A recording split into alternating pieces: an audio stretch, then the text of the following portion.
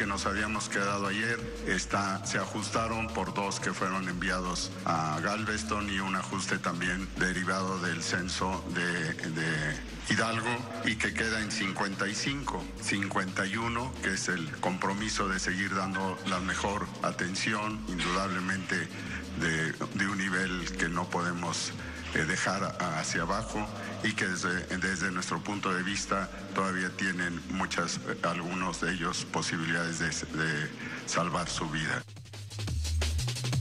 Son ya 89 muertos luego de la tragedia de Tlahuelilpan. Las escenas se estremecen.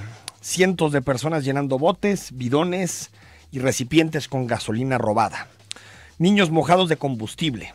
Risas que son inexplicables. Y pocos minutos después, el estallido. Una columna de fuego que devora todo lo que está a su alrededor. Mujeres y niños que corren con su ropa consumiéndose. En una tarde todo aquello que es trágico del México del siglo XXI. Siempre está el comentario fácil de aquel que se cree con la superioridad moral para dictar cátedra y condenar a muerte a decenas de personas. Son delincuentes y sabían en lo que estaban metidos, dicen. Lo cierto es que Tlahuelilpan es el espejo del abandono que tantos y tantos gobiernos han decidido ignorar. Un negocio ilícito multimillonario, el robo de la gasolina y autoridades coludidas u omisas que callaron. Entre su silencio, las mafias del huachicoleo crecieron y se adueñaron del tejido social. El pueblo sobrevive del robo de combustible, una apacible comunidad que hasta hace unos años no veía rostro ni rastro de violencia. Hoy, por la penetración del crimen organizado, los muertos se cuentan por decenas. ¿Quién supo esto y decidió no actuar? ¿Quién permitió que la miseria se convirtiera en una perfecta maquinaria de destrucción de una comunidad? Cada día que pasa vamos entendiendo más por qué López Obrador eligió el huachicoleo como su primera gran batalla presidencial. El robo de combustible es la tragedia vuelta a normalidad. Políticos cooptados, policías corruptas, funcionarios como informantes del crimen, narcotraficantes que se llenan las manos de billete del combustible robado, comunidades que quedan al servicio de la mafia y empresarios que no dudan en enriquecerse a costa de la ilegalidad. Por todas las víctimas de este horroroso crimen, ojalá que López Obrador llegue hasta las últimas consecuencias. Soy Enrique Tucen y comenzamos Cara a Cara. En esta mesa dialogan todas las ideas, se genera la noticia y se dicen las cosas. Cara a Cara, la información clara y precisa en voz de sus protagonistas. Cara a Cara, con Enrique Tucen.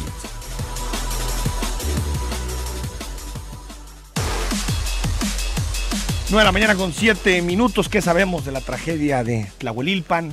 Después de que ya han pasado algunas horas desde ese trágico suceso del viernes. Todo comenzó el viernes 18 de enero cuando fue reportada una toma clandestina en el kilómetro 226 del ducto Tuxpan-Tula. Tras el reporte llegaron fuerzas armadas alrededor de las 17 horas, más o menos 2 horas después de que comenzaron la fuga, o de que empezaron los primeros reportes de fuga de combustible. Según el gobernador del estado, Omar Fayad, las autoridades locales y militares trataron de persuadir a la gente para que se retirara del lugar porque corría peligro al estar tan cercano del combustible. Por lo tanto, esa fue la primera actuación de parte de las Fuerzas Armadas y las autoridades locales. Pero bueno, hasta el momento, ya lo decíamos, 89 muertos y una tragedia que se repite y que pues habla de lo complejo que es el tema del robo de combustible a nivel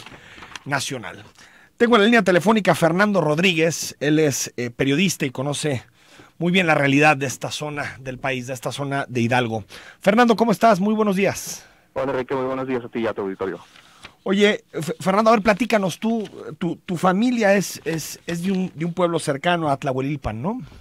Así es, mi familia, yo soy originario de un municipio que se llama Mixquiahuala, está a 5 minutos de Tlahuelilpan, y pues vaya, yo viví aquí 2 décadas y toda mi familia está aquí, todos mis amigos de la infancia, y al final pues todos estos años he mantenido los lazos con esta zona y he visto de primera mano y por lo que me cuenta mi familia cómo ha crecido el fenómeno del huachicoleo en toda esta zona que es el Valle del Mezquital. ¿Desde cuándo podemos empezar a rastrear, Fernando, pues digamos el crecimiento del robo a combustible y digamos lo que parece y lo que vemos también en las imágenes como un serie de deterioro del tejido social en esta zona?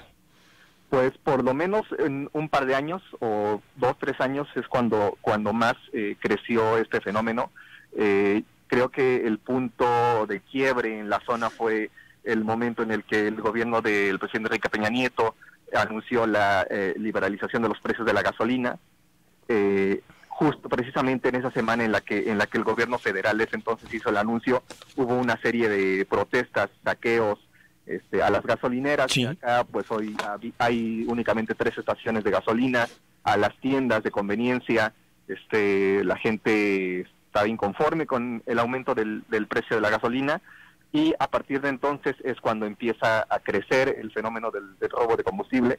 No es que no hubiera habido antes, sí. Sin embargo era, al menos en las cifras que tiene Pemex, estoy hablando de 1 o 2 tomas localizadas por año, y no se veía como tú mencionas, este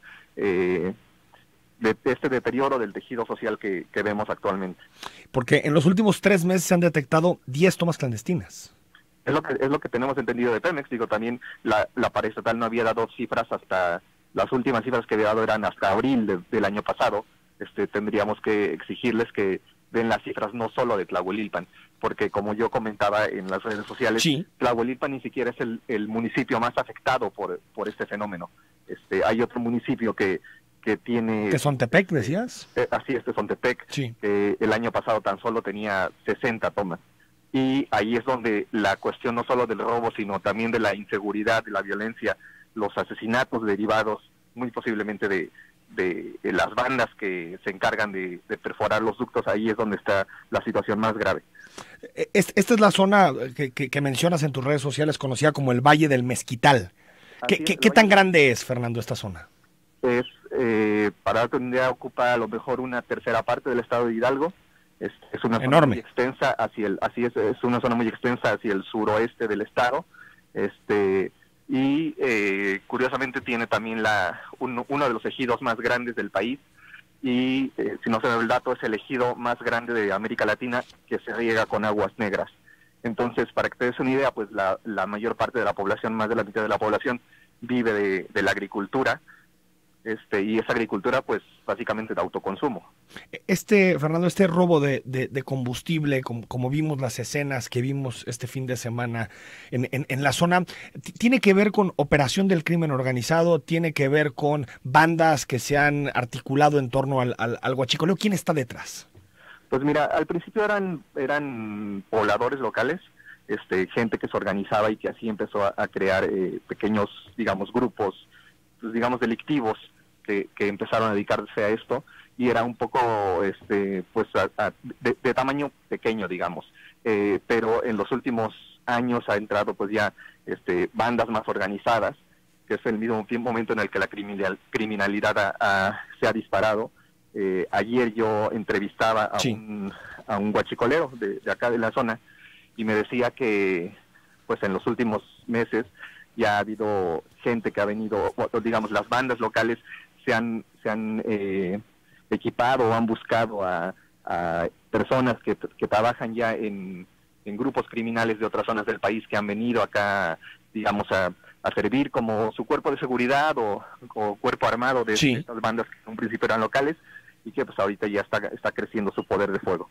¿Pero es el narcotráfico, Fernando? Pues hasta ahorita es difícil decirlo. Las autoridades lo manejan como grupos vinculados a los Zetas o incluso a la familia michoacana, pero lo cierto es que el fenómeno acá es digamos, distinto a lo que vimos en el resto del país con el narcotráfico, porque durante todos estos 12 años de guerra del Estado mexicano contra el narcotráfico, la zona se había mantenido relativamente en calma.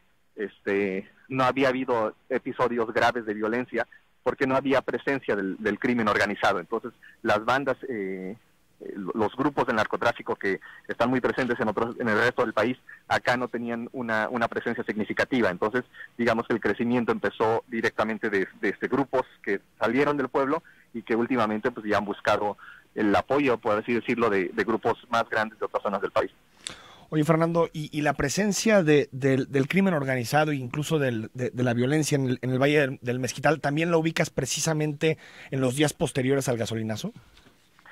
Sí, la verdad es que se dio un fenómeno a través de las redes sociales y que también se replicó con el día del accidente, en el que las redes sociales se convirtieron en el medio para organizarse, para llamar a la gente tanto a los saqueos como posteriormente a esto que veíamos, ¿no? O sea, el día del accidente se empezó a difundir. Acá tienen páginas de Facebook que se llaman Que todo Tlahuelilpan se entere o Que todo Tezontepec se entere, en donde están pues todos los habitantes de las comunidades, y ahí es donde informan, ¿no? Ahí es donde informan. El primer reporte que a mí me dieron era que habían dicho que se había robado una pipa, y pedían a la gente ir con bidones, con botes para ayudar a vaciar la pipa.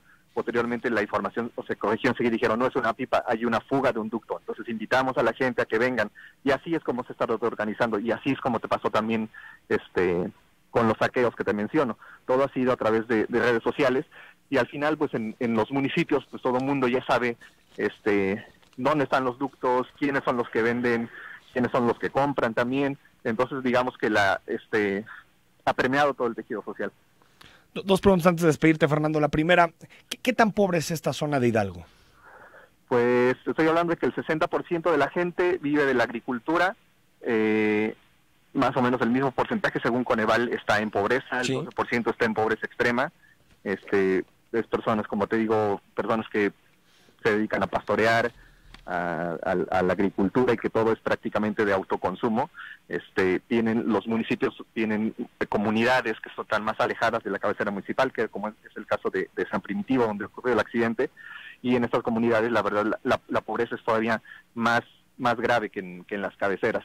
Aquí también lo curioso, lo que yo he detectado es que también hay un desequilibrio, una confrontación al interior de las mismas comunidades entre la gente que ve mal este fenómeno del huachicoleo, y la gente que lo ve también como un beneficio hacia la comunidad. Y estoy hablando de gente de todos los estratos sociales. Yo platicaba con personas, campesinos, que me decían, pues es que yo no tengo de otra más que venir a robar gasolina o aprovechar que hay gente robando gasolina y yo me la encuentro, entonces vengo y lleno un bidón y con eso lo vendo en 500 pesos y come toda mi familia. Y hay otra gente que también muy humilde que me decía, no, yo la verdad no lo hago, me resisto a eso, y estoy a favor de que se combata. Entonces creo que es muy complejo, como tú mencionabas al principio, es muy difícil juzgar así de fácil, como calificar a toda la gente o bien de delincuentes o decir que todo el mundo está necesitado. Creo que la realidad va mucho más allá. Estamos hablando de una localidad, Tlahuelilpan, de en torno a las 10,000 personas más o menos, ¿no? Fernando. Así es. Antes de despedirte, la forma en que intervino el Estado mexicano, el ejército, las autoridades estatales, el hecho de que los primeros reportes hayan sido por ahí de las 2:30 de la tarde, pero que la intervención del ejército haya sido 2 horas después y que se cerraran los ductos después de las 18 horas. ¿Cómo calificas en general la intervención del Estado mexicano? Yo creo que hubo un cierto descontrol. Yo platicaba ayer, tanto con gente que se dedica al robo y venta de combustible como con gente que lo compra, y etcétera. Me decían, el mismo día hubo que se ha reportado poco, hubo una fuga en una comunidad cercana que se llama Ulapa. En esa comunidad llegaron, me decían ellos, casi 100 elementos del ejército mexicano. La fuga era muy menor y no pasó nada. A Ulapa.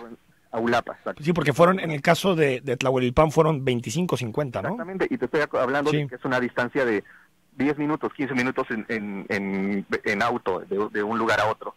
Y entonces ellos me decían, creo que se pudo haber evitado porque había 100 elementos en Ulapa y pudieron haber llegado a reforzar a los 25 que estaban en San Primitivo. Creo que sí hubo un cierto descontrol, pero a estas alturas también es difícil saber qué protocolos tiene el ejército mexicano, sobre todo porque es común que en estas zonas sucedan estos fenómenos de que hay una fuga, digamos, en un ducto, pero lo que se sabe es que en ese momento, en otro punto lejano, mientras toda la gente se está enfocando en la fuga, hay una perforación controlada de grupos organizados que... O sea, como distractores. Exactamente, lo utilizan como distractores, porque pues los grupos organizados, me platicaban ayer, personas dedicadas al huachicoleo, pues están perfectamente capacitados para perforar el ducto, que no haya ningún accidente y prácticamente pues nadie se entera. Fernando Rodríguez, periodista, gracias por estos minutos y te estaremos buscando para que nos platiques sobre este tema, tú que conoces aparte muy bien la realidad local. Gracias. Gracias, Enrique, con mucho gusto. Estamos a la Ahí orden. está Fernando Rodríguez. Vamos al corte, regresamos para hablar de desigualdad y te recuerdo nuestro WhatsApp 33 18 80 76 41.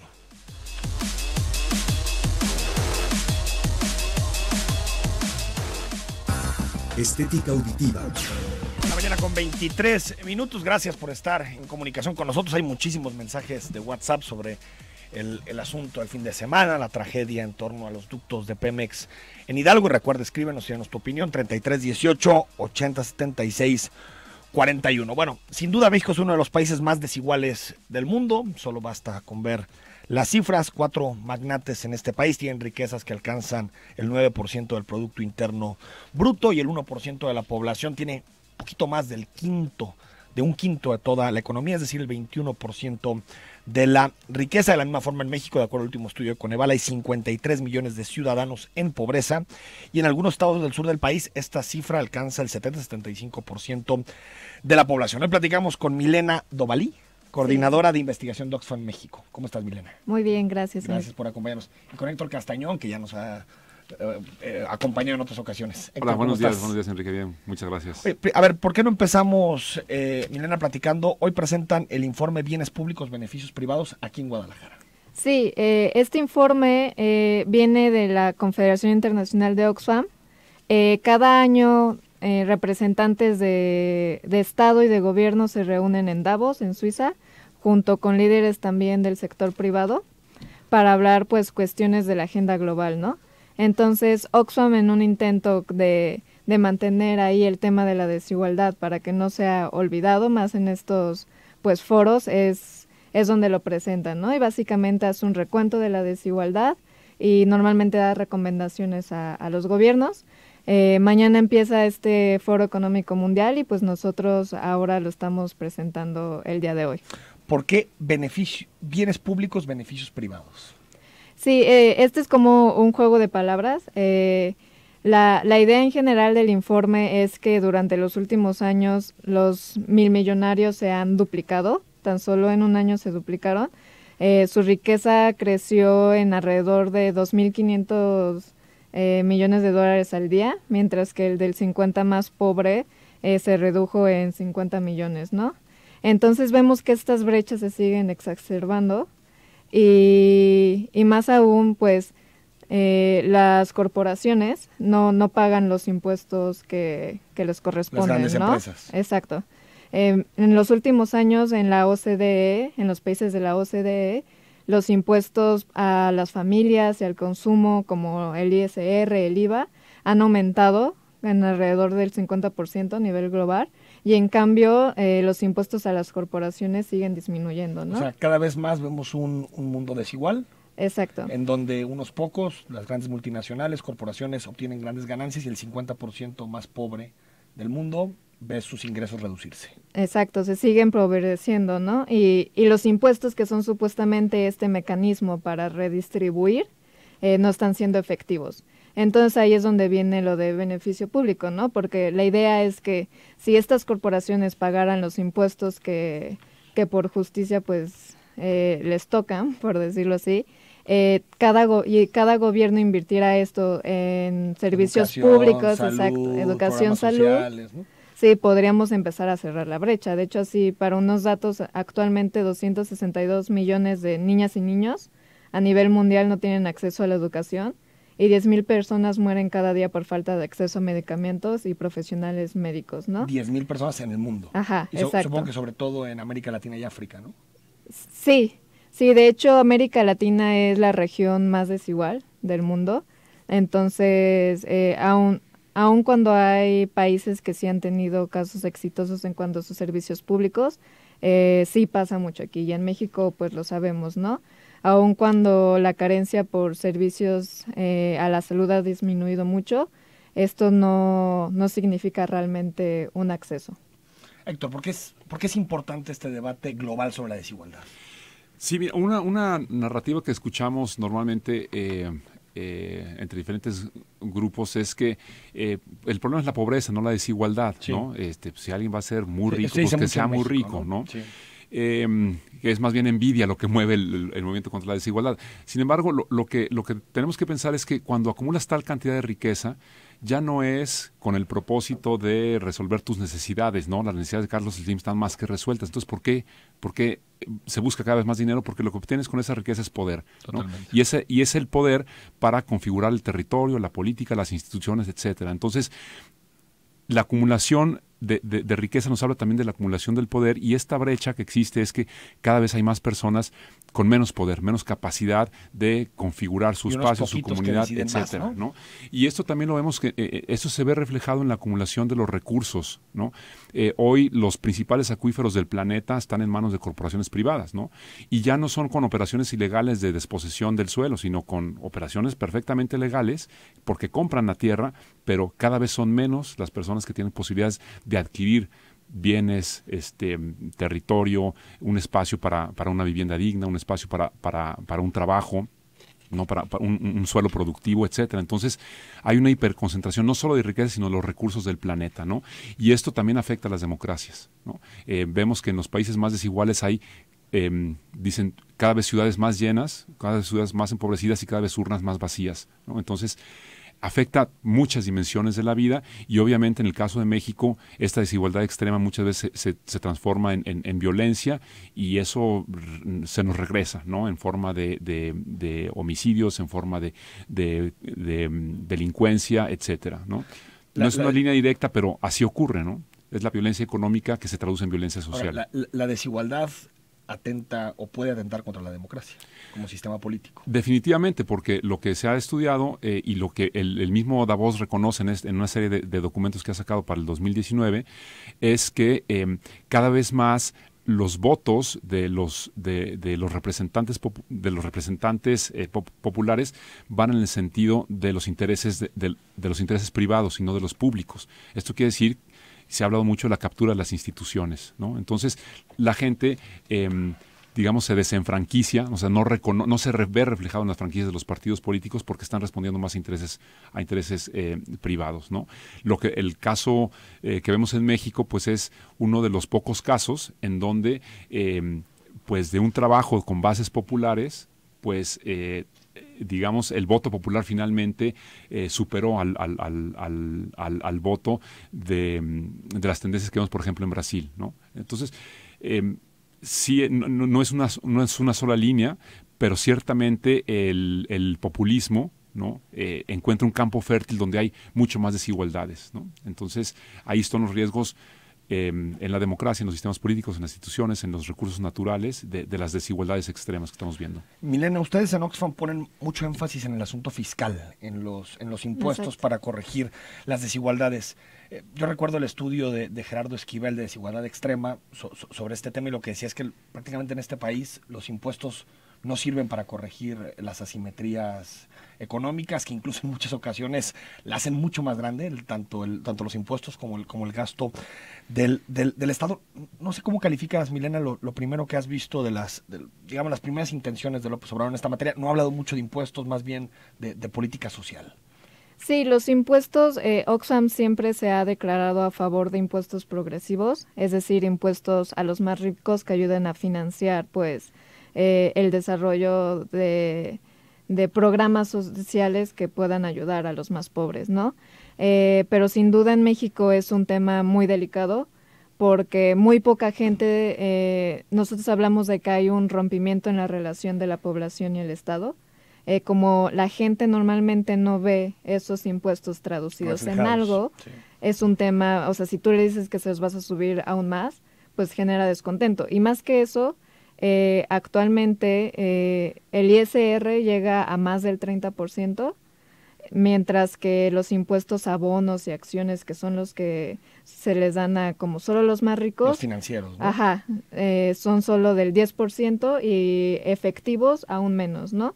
Entonces, la forma de los impuestos, como te decía antes, las corporaciones no están pagando y generalmente quien está pues fondeando esto son los trabajadores, ¿no? Los que dependen del salario y que no son para nada los más ricos. Entonces, lo que yo he visto del gobierno de López Obrador, pues me imagino que pues es ahí un dilema, ¿no? De cómo empiezas. Empiezas primero a demostrar que estás gastando mejor y ya de ahí tener impuestos, pero para eso necesitas recursos. O primero empiezas pues sacando recursos y ya de ahí demuestras, ¿no? Yo creo que eso es en lo que está con toda la austeridad. Yo me imagino, no lo sé. Igual lo que está intentando es probar que sí se van a usar bien en el gasto público, probarle a la población que puede ser en su beneficio, y yo esperaría ya de ahí que pues sí se subieran los impuestos a los más ricos, ¿no? En especial a las corporaciones. Pero no sabemos cuánto pagan en México las corporaciones. No. Porque es información reservada. Sí, exacto. Y México es lo que se llama internacionalmente un paraíso fiscal. ¿Es un paraíso fiscal? Sí, en intento de atraer inversión, las corporaciones pues casi no porque pagan la tasa impuestos. corporativa que tienen que pagar es bajísima. Sí, a veces es casi prácticamente nula, ¿no? Entonces a muchas empresas multinacionales les gusta venir aquí en México porque pues es un muy buen trato. El gobierno te pone el terreno, sí, ¿no? Y todo lo demás. Y no paga nada, al menos no aquí y después en pagan México. salarios de muerte. Héctor, ¿qué has visto del gobierno de López Obrador en materia de desigualdad? ¿Has visto algunas señales en la dirección adecuada o no? Sí, mira, precisamente ahora que mencionas a Gerardo Esquivel, que está en una posición muy relevante en el gabinete. Creo que era más importante la primera, ya que se fue al Banco de México. Exacto. Digo, porque estaba en la parte de ingresos, sí. ¿no? Y egresos. Lo que quiero decir es que yo creo que tienen muy reflexionado el tema el tema fiscal, ¿no? Y cómo puede ser un esquema mucho más progresivo. Yo creo que sí, lo primero es que las instituciones empiecen a funcionar, ¿no? Sí, el combate a la corrupción es fundamental, ¿no? Implementar el Estado de Derecho, y después entonces podrás poner el ojo en el esquema fiscal. Lo que dicen los estudios en todos los países del mundo es que el impacto redistributivo, el efecto redistributivo más importante lo logran los impuestos, no hay de otra, ¿no? Y ciertamente es muy delicado políticamente hablar de subir los impuestos, porque la población entiende que nos los van a subir a nosotros, pero no se trata de eso, sino se trata de que precisamente los grandes capitales paguen lo que les corresponda, y eso haría una diferencia enorme, ¿no? El efecto redistributivo en México es casi nulo. Las economías que admiramos, ¿no? Realmente tienen tasas impositivas en promedio arriba por ahí del 60%. Bien, ¿no? Entonces también gastan muy bien. Legitimidad hay instituciones pública, fuertes. Más sacrificios al ciudadano. Exacto, ¿no? Entonces, primero pues hay que demostrar que hay esas capacidades, y después yo creo que pensarán en el esquema fiscal. Lo que dijo es que no iba a tocar el esquema fiscal en 3 años. 3 años, 2021. Eso dice. Exacto. Vamos al corte, 9 de la mañana con 35 minutos.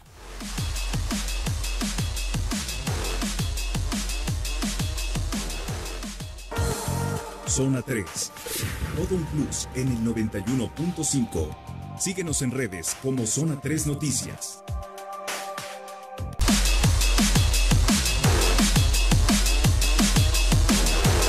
Bueno, mañana con 40 minutos. Gracias por estar en comunicación con nosotros. WhatsApp 33 18 80 76 41. También está el Twitter y el Facebook por si nos quieres escribir, @Zona 3 Noticias. Estamos platicando sobre desigualdad. Se presenta hoy un estudio de Oxfam, bienes públicos, beneficios privados, en el contexto, me decían, del Foro Económico de Davos, ¿no? Exacto. Que aparte les interesa mucho la desigualdad en Davos, entonces seguro van a disfrutar mucho la lectura, claro, del informe.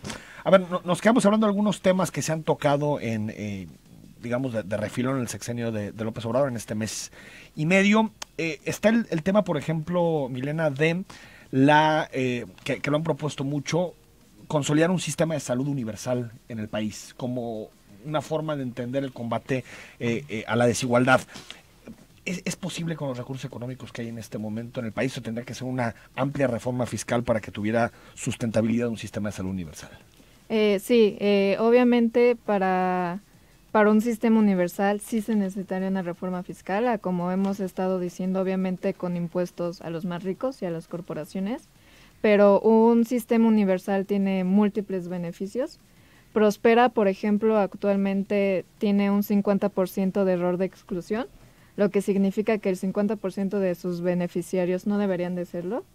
Entonces, cuando tú intentas hacer programas focalizados, pues ese es el riesgo, ¿no? Que no alcanzas a los que verdaderamente lo necesitan.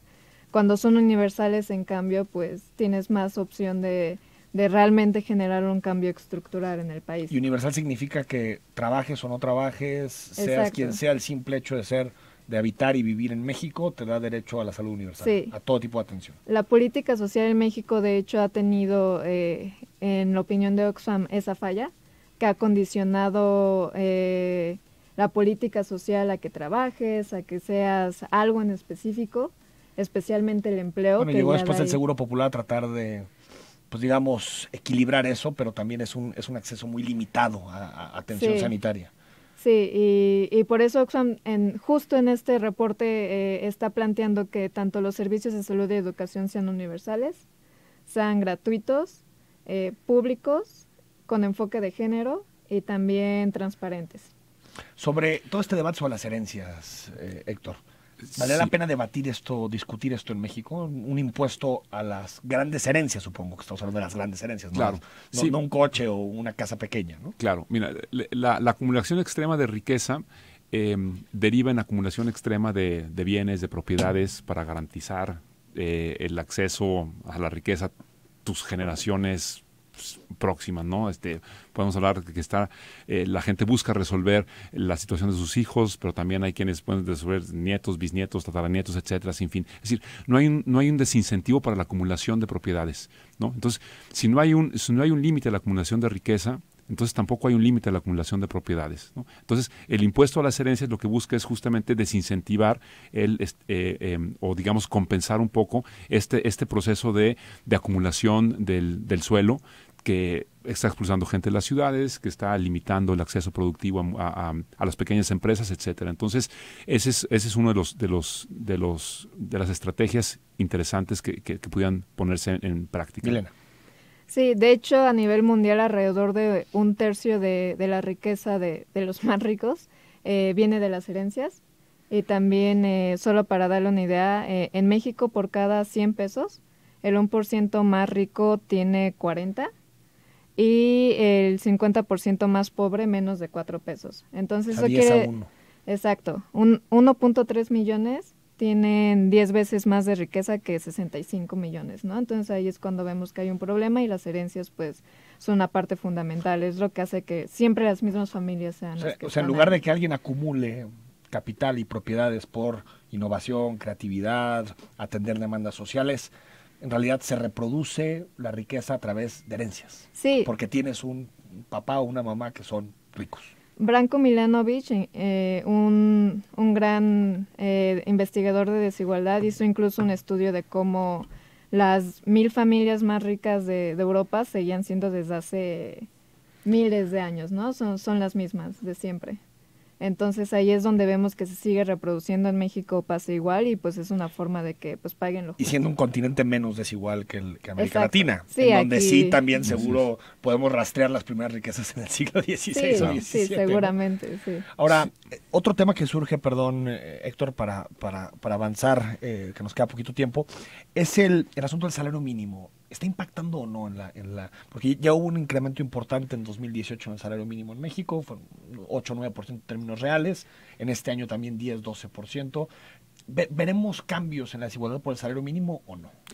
Mira, lo que, a ver, definitivamente, a ver, para explicarnos cómo es que crecen tales proporciones la riqueza de los más ricos y desciende la de los trabajadores, es porque hay una desposesión, es decir, ¿cómo es posible que economías crezcan si la economía de México está creciendo a un ritmo? ¿Cómo es posible que las economías de los principales capitales de México crezcan a 4 o 5 veces más, ¿no? Es que están extrayendo valor a través del salario, ¿no? Entonces, es una medida fundamental para que tenga un efecto redistributivo. De hecho, el salario es el dispositivo que mayor potencial de redistribución del valor tiene, de la riqueza generada, incluso más que los impuestos, ¿no?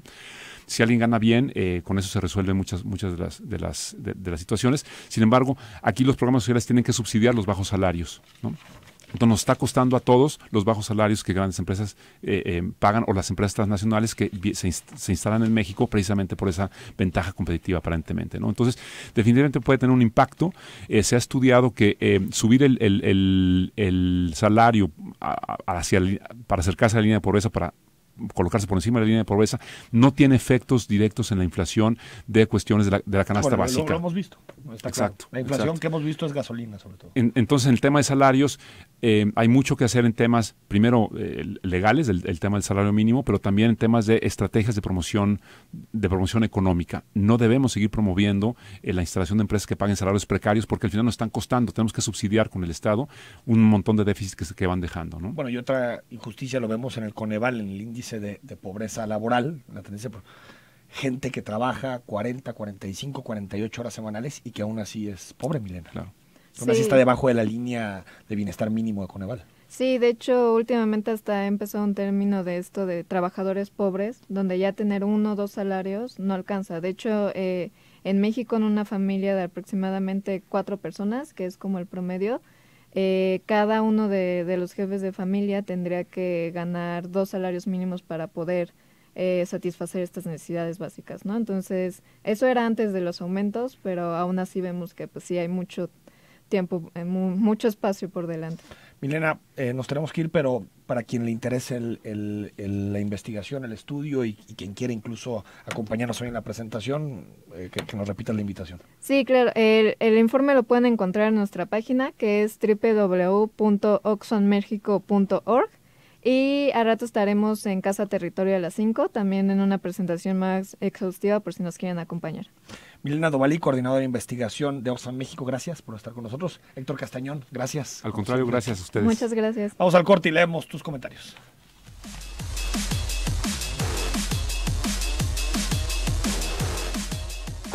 Somos Specific Diálogo genera puntos de acuerdo. Hagámoslo cara a cara. Continuamos en Zona 3, 91.5.